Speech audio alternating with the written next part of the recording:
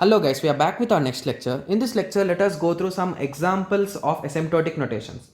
So the one thing that I just want to say you is that whenever you are doing time complexity problems or any kind of exams in any competitive exams, always they will be representing in terms of a big O only. Commonly used it is. Because whenever you are writing an algorithm, you will be not checking for the best case. Like if I give this input 1 2 3, it will take only 1 unit of time. This is not the best thing. It should do for each and every time whatever might be the input. So that is the reason why, so these cases will be coming in the worst case. Like in worst situations also it will be doing best things in that way. Okay, so that is the reason why always in any kind of analysis they will be considering only the big O notations commonly. So that is the reason why in competitive exams or anywhere you can find only big O notation. Okay, so initially the given question is f of n equal to 2 plus 3. So he's asking big O of f of n. So he's asking for this function, what is the big O notation? Sorry. Okay, so we already know big O is nothing but f of n is less than or equal to c into g of n. Okay, so 2n plus 3 is what it is given. So less than or equal to 2n plus 4. Okay, so I have just increased it with 1. So I just given 4. So you can increase it as much as you want. So we need to satisfy this condition, right? So just give me a second. I'll be taking a small piece of paper so that we can solve it and it will be clear for you. Okay. Okay. So the given question is f of n equal to 2n plus 3. He's asking for big O notation.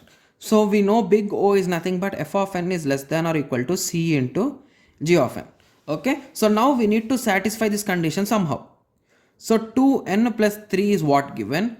So it is less than or equal to. So let me start with equal to. Okay. So this is less than or equal to 2n plus 3. That is true. So after that we should increase, right? Not decrease, because this should be greater than this. So okay, for our assumption, let us decrease it 2. So this condition fails, right? So avoid these kind of situations. So let us keep on increasing. 2n plus 4, 2n plus 5, 6, 7, 8, 9, 10, 11, 12, 13, 14, 15, 16. Like that, based on n, at some time you will be reaching till n, right? So 2n plus n. You'll be reaching some time.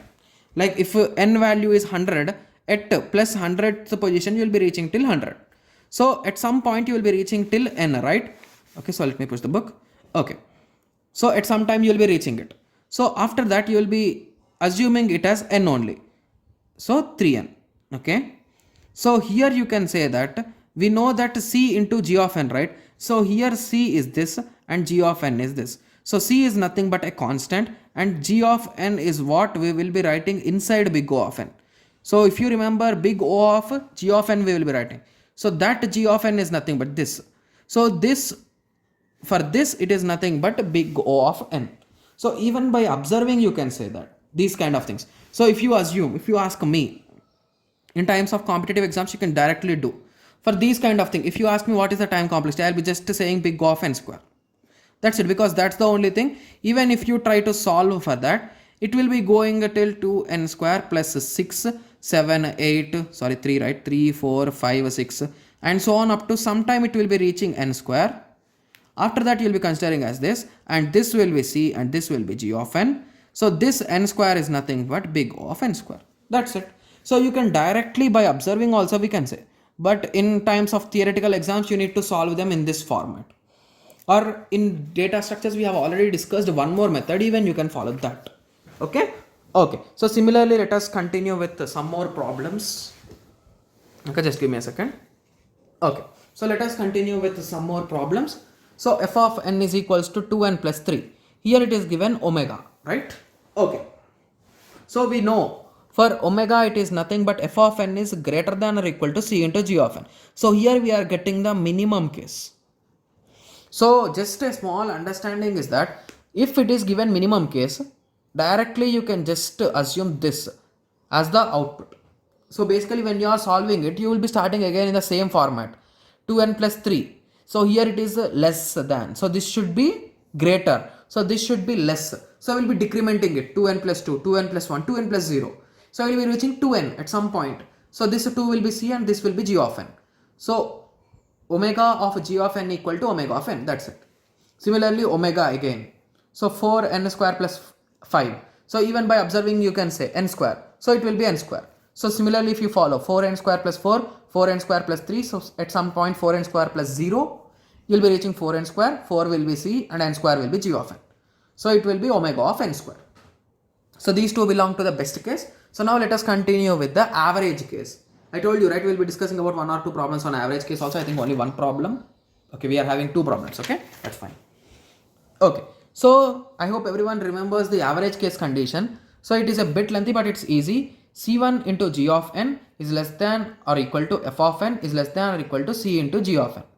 Okay, so here you will be writing 2n plus 2. So we are having less value, right? So even if you want, you can start with a 3 only and you will be start decreasing and increasing. So this side you will be decreasing and this side you will be increasing. So here you will be getting 2n, in between it is 2n plus 3 and here it will be 3n, right? Okay, so here it is 2n and here it is 3n. So if you observe here, C1 is n and n is g of n, C2 is 3 and n is g of n. So in that way, you can directly say we already know theta of g of n will be our result. So in both the situations it is n only. So theta of n. I hope it is clear. Okay, so the next thing. Okay, so similarly for this also, on both sides, one side you will be decreasing and one side you will be incrementing.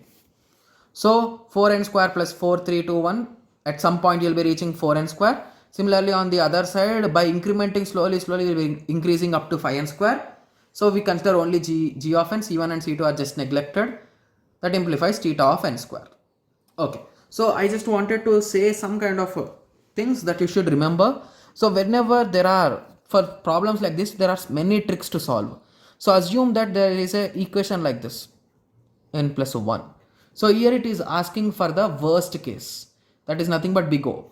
What is the big O notation for this? So you can directly say what is the maximum? This is the maximum. So it will be the worst case, big O of n square. Okay. Similarly, if you are having n square plus a log n, whenever you are considering in this situation, if you are considering the best case, what is best case? It is omega. That is nothing but the minimum time. So this will be taking more time when compared to this. So this will be the minimum. So log n.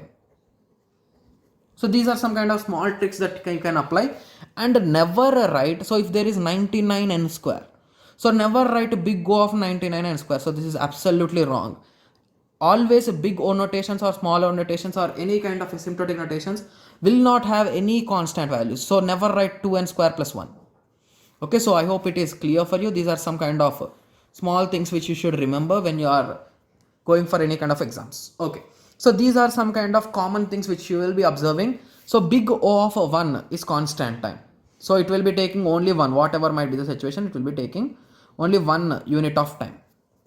Big O of n, it is linearly incrementing. Big O of n square is nothing but quadratic. It is incrementing in terms of squares. Reverse of it, log n, that is nothing but logarithmic, that is nothing but exponential growth.